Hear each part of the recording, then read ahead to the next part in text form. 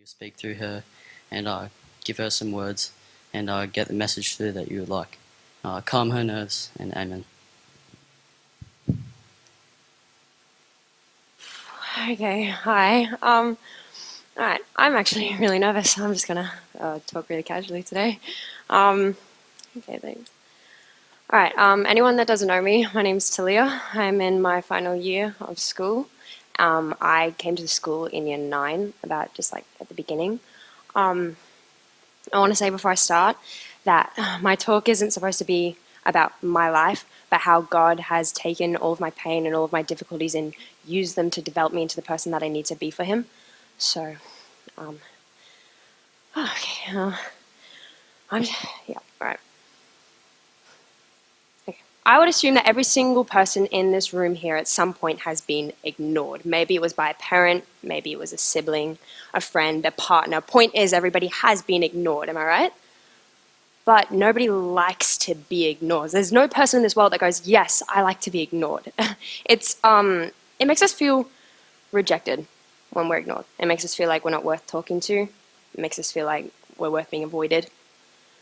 I have a question that I really want you to think about. Do you feel like God has ever ignored you? And I know that some of you may be thinking, well, God isn't ignorant, so of course He doesn't ignore us. But what if God did ignore you? What if He completely turned His back on your problems and said, I don't care about you? How would you feel? How would that look? Picture this. You're swimming at a beach and suddenly you're drowning. And you're looking around for a lifeguard and you're looking for someone and you see a lifeguard and you start waving your arms around, you start yelling, hey, save me, please, somebody save me, please. And you're waving your arms around, you're trying to capture his attention and he doesn't notice you.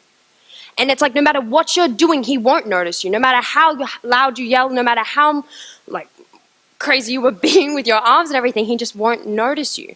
And you start sinking deeper and deeper and you just wonder, I'm sure you can see me. Why aren't you helping me? Today I'm going to be talking about times in my life where I felt like God ignored me. Times where I felt like I was drowning. Nobody cared to listen to my cries for help. Times where I felt like I was being left alone. But here's the thing. God actually took my hand right before I went under the water and took me out of that place. God took advantage of my painful situations and turned them into my joyful ones. Okay. God took advantage of my pain and He turned it into my joy. God proved to me that His timing is always perfect. For it says in... I'm in charge of this, aren't I? Wait, where's like that, right? Oh, can you guys change it for me? Oh, that way.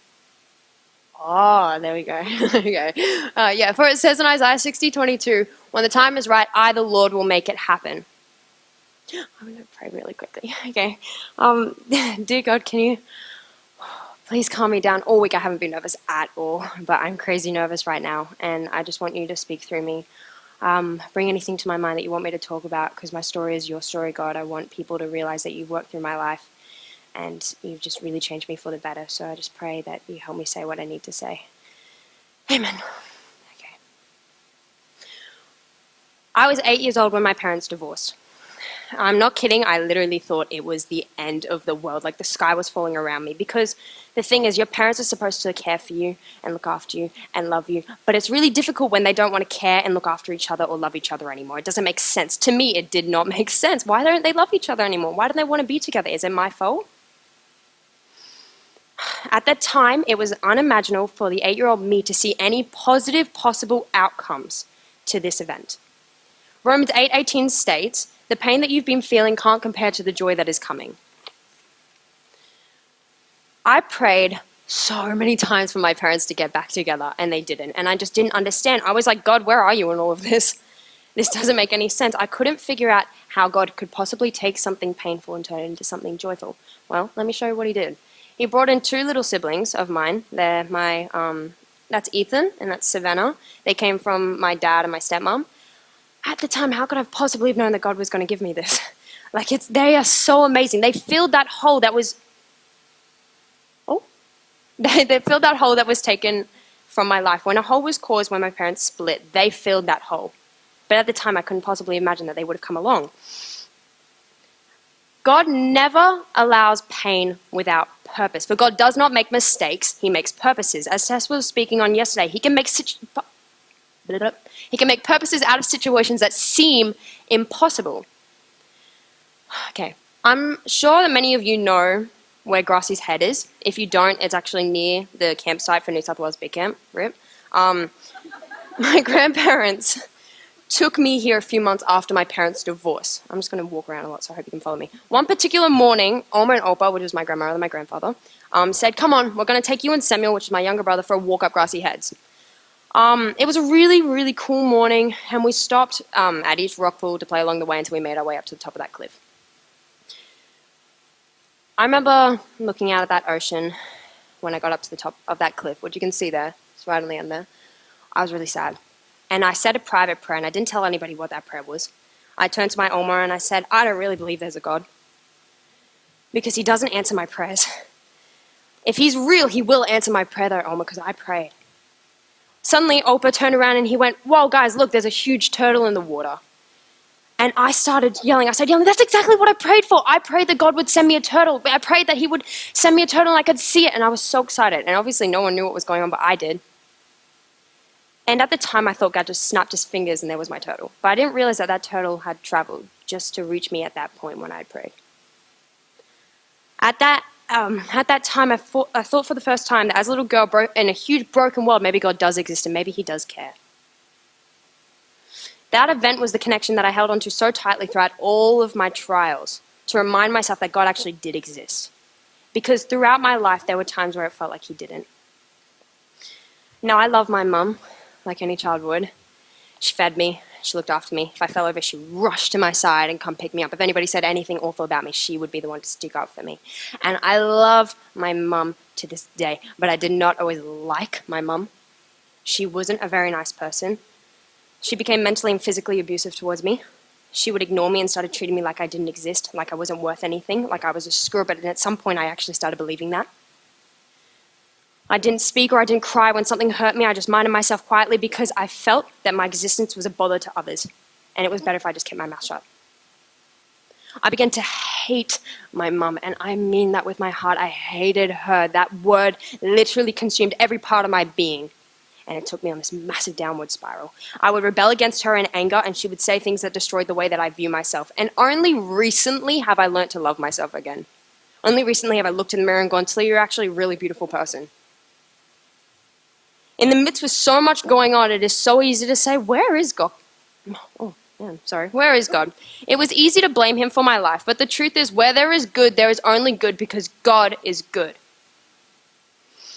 The times in my life where my mum would hurt me, I would blame God and say, why are you doing this to me, God? Why do you not love me? Because it didn't make sense. If God loves me so much, why would he not stop these things from happening? Why would he not protect me? My favorite Bible verse is Deuteronomy 31:6, and it says, be strong and be courageous. Do not be afraid, for God, your God, is striding ahead of you. He will not leave you, nor will he forsake you. When I found this verse, actually, it was just chosen to me at random by Lily Grace. She literally just said, hey, look, if you have a Bible verse that you want, I'll paint it for you. I was like, yeah, pick whatever, I don't really care. Little did I know that this verse would become something that got me through a lot of hard times. It's so easy to blame God because he's so powerful. He created the world, and we're like, well, look, if you can do that, why don't you do this? Our human, finite minds don't understand the Father's ways, so we try to limit his greatness. But the truth is, his greatness cannot be confined or contained. The bad things that happen to you are never because God has put it on you. For God says it says in 1 Corinthians 10:13, for God will never give you anything you cannot bear when you are tempted. But when you are tempted, he will also provide a way out so that you can stand against it. It's basically saying, yes, bad things will happen, but I'm always going to give you a way out. So just trust me. Sin is the result of Satan's work. God is not randomly going around inflicting pain on you saying, I'm going to do something bad to your life. I'm going to do something bad to your life. I'm going to do something bad to your life. He doesn't go around doing that. He's not that kind of God, for God is love. God will never force himself onto you. But God doesn't choose when to love you. He loves you even in the times you don't choose him. And he will always lead you back with grace.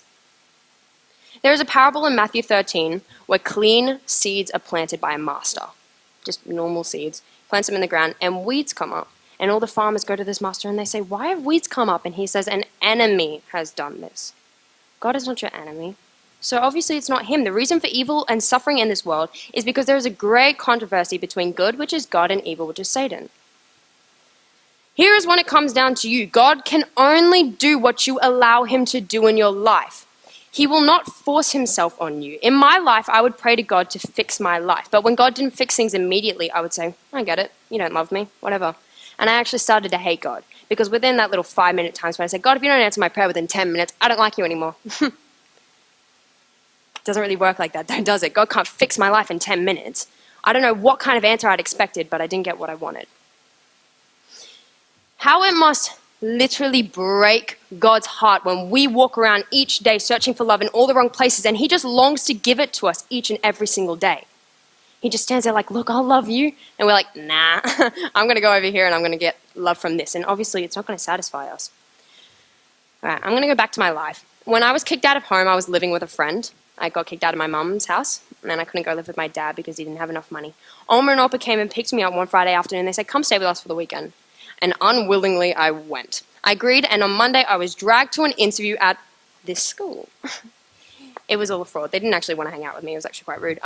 Then I remember sitting in the staff room across from Mr. Fuller, and I'm sorry to call you out like this wherever you are. I remember sitting across from Mr. Fuller and facing him. I made it really, I can't repeat it, but I made it really rudely clear to him that he could do nothing for me. I wanted to do nothing for you. This school could do nothing for me. I didn't want to be here, and I hated everybody. So leave me alone. Little did I know that God had a plan to use this little school for really big things in my life. Little did I know that God was taking advantage of my painful situation and planned to make something good out of it. Let's go to the next page. Does anybody know, and I hope you do, does anybody know what Jeremiah 29:11 says? Tessa said it yesterday, guys. Do you remember? Yeah, that's right. For I know the plans I have for you, plans to prosper you and not to harm you, plans to give you a hope and a future. I want you to just read that up on the screen a second time.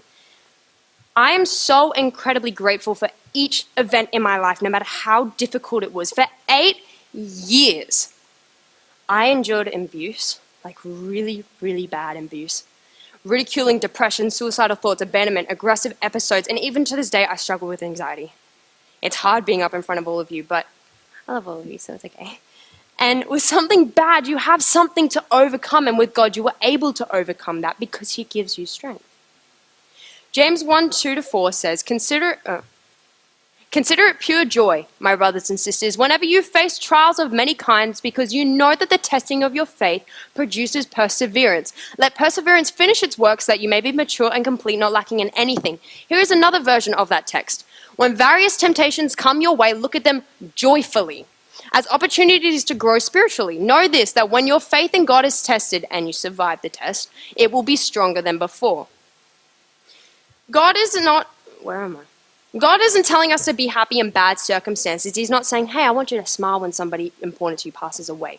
God is just saying to us that trust that even when bad things are happening, I have a plan and you can grow from these things. For God has already worked out what you're worried about. Trust is a huge factor when it comes to faith. Do any of you, I don't have my Bible. Do any of you know the story of Job? Yes, do you know the story of Job? You do? Raise your hands just so I can just see. Oh, yeah, there's a good amount of you. Where's all your yes? Anyway, I don't have my Bible, sadly, but I will just say, because I've read it a few times, Job starts like this. It goes, there's a meeting in heaven, and all of the angels come together, but Satan's there, and God says to Satan, what are you doing here? Oh, thank you. What are you doing here? And Satan says, I've been patrolling the earth, my earth, basically, and just been looking around. And God says, okay, well, obviously you've noticed Job, my servant. He's blameless. He's faithful to me. He's wonderful. And Satan says, yeah, but he's only like that because you protect him, because you bless him, because you give him all these good things, but he wouldn't be like that if you took them all away from him. He would curse you to your face. God goes, all right, you can do that. You can take all those things away from him, but you can't touch Job. Satan is known as a thief, a murderer, and a liar. Do you guys remember when that guy came in last week and started talking about his debt? He said that? Satan is a murderer, a thief, and a liar. He stripped Job clean of all of his possessions, murdered all of his children, and he had around 10, and destroyed his home. And this event happened one after the other. However, Job did not curse God. Despite being completely unaware of the dispute that was going on in heaven, he bowed down to the Lord and claimed that he still trusted the Lord. So Satan replied to Job's faith and said, "You touch his body." Oh, wait. Oh yeah, trust that even. Anyway, yeah. So then Satan said, "You touch his body, and he'll turn against you like anyone else and curse you to your face." So Satan's saying, "Look, if you ruin his health and stuff, he'll get mad at you." So God allowed Satan to do what he pleased, but he was forbidden from taking his life. So, what do you think Satan did? He messed up Job's life. Seriously messed it up. He had these massive boils all over his body to the point where it was painful to walk. He was ill so many times. It says in the Bible that he was going to the city dump and scraping the pus off his legs. It sounds like the scum of the earth. He'd probably look at that, wouldn't he?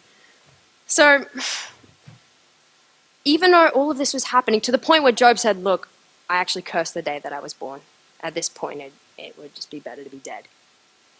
He never turned against God. He never said, "God, I blame you for what's going on in my life." So Satan was forced to admit defeat, but Job was still left clueless. Throughout these difficult trials, Job felt that God was ignoring him, that he was being condemned without justification. Just imagine how you would be feeling right now. Imagine that all of your siblings are killed, your parents are killed, you've lost your home, and you're, in a really mean sense, you're just really, really ugly. Your just health is disgusting, you might as well be dead. And you're just like, yeah, maybe I did a few wrong things, but why is this happening to me? He was very wealthy and very blessed, and all at once he lost everything. He's basically asking, in essence, if you loved me, wouldn't you prevent all of these things from happening to me? I can relate to Job, as I felt that when several things in my life... I'm sorry. I felt that when several things in my life were going wrong, and I was asking God why, and there was no reply, I was being ignored. Would you feel ignored? If you were saying, "God, why are you doing this?" how would you feel? You'd feel ignored, wouldn't you?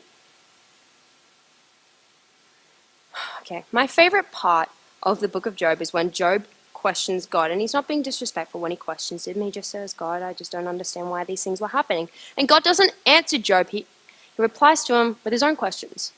And he says this basically: "Where were you when I created the world? Where were you when I laid out its foundations, all its dimensions, measured it all out? Where were you when I did all of this?"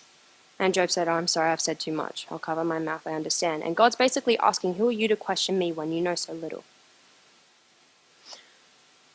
We cannot try to understand God because God is beyond comprehension. So what do we do when we cannot understand something but we know something is true? Take it like this. Maybe let's simplify that question. If we know that a plane can fly but we don't understand how, what are we doing when we get on that plane? Yeah, you're believing. You're having trust that the plane will fly. You trust that the pilot knows what he's doing. You don't, unless you study planes, but you won't know how it works otherwise. You get on a plane and you're just like, yeah, I just hope this thing will fly. Let's not go down into the ocean anywhere like that. You trust that God, you do the same thing when you get in a car. You do the same thing when you sit down in a chair. I do the same thing when I stand up on stage. I use a microphone. I hope and I just trust that it all works. I don't know how, but it does.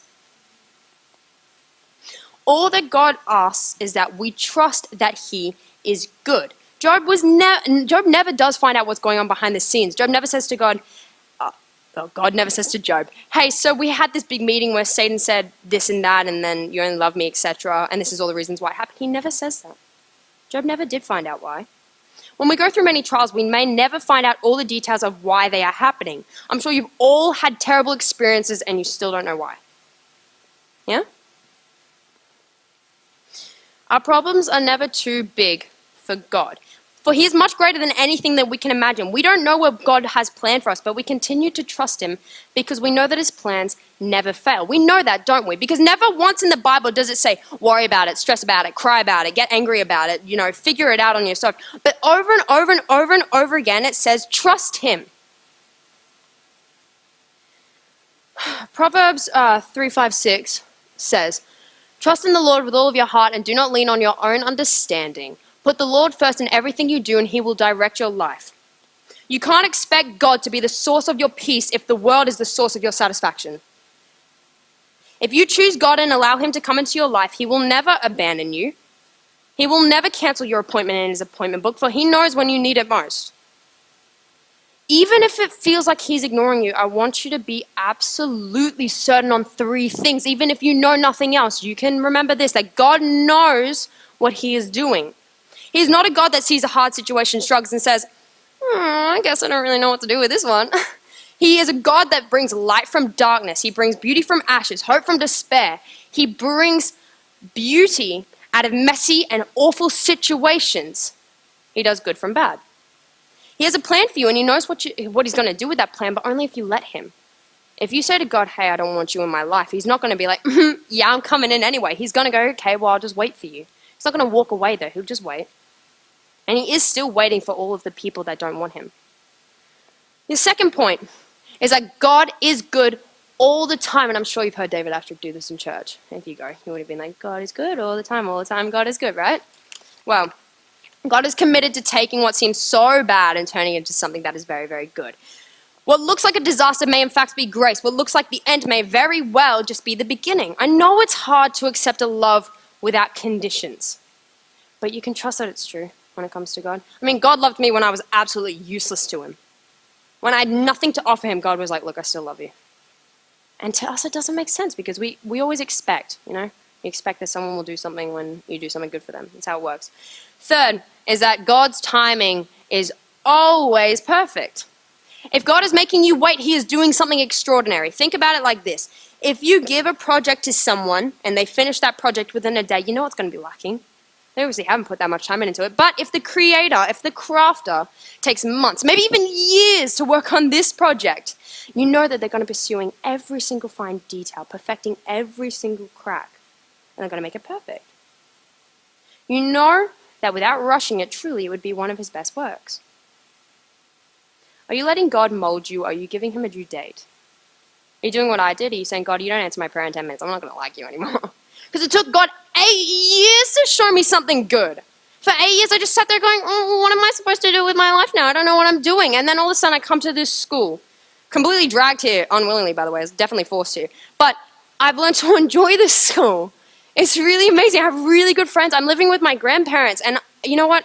It's just amazing. Like God, when Job was stripped of all of his possessions, all of his children, all his life, basically, stripped of his life, God didn't look at Job and go, thanks for trusting me, bye. It was like, okay, I'm going to give you back now. He gave him back 10 children. And those children didn't mean anything less or anything more. It's like the family that I have now. You guys are my family. Whether or not you know me, you are. This school is like a family to me. My grandparents are my family, and I don't love my real family any less. They're still just as important to me. It's just God gave me something better to form me into the person that I need to be. I'm not saying that waiting is easy. Trust me, I waited 8 years for something good. But I can say that in all honesty, it's worth waiting for. Okay, this is where I want you to kind of zone in. If you've been zoning out until now, just zone in, because I'm almost done. Don't worry. So there's this hill. Just picture this. You're all standing in front of this hill. This is a really big hill too. It's like this really, really big hill, like really big hill, and you're standing in front of it, and God isn't standing up the top saying, come up to me. He's down next to you, and he's like, all right, let's start this. And you're like, oh, I don't really want to. Probably going to pull a hamstring or something, and it looks really long. I don't really want to. You're really hesitant to start. God's like, no, trust me. Come on, just get over, because over that hill is something amazing. There's something really cool over there. You're going to love it. And you're like, oh, okay, I'll start it, whatever you say. So anyway, you start walking. You keep going for a bit. You're getting really tired. You're annoyed. You're frustrated. You're hot. You just want to turn around. You're like, why am I doing this? There's no point. You get about halfway, and there's people off to the side of this hill. And this is your hill, by the way. Everyone's got a different hill. So however big that hill is, just picture that.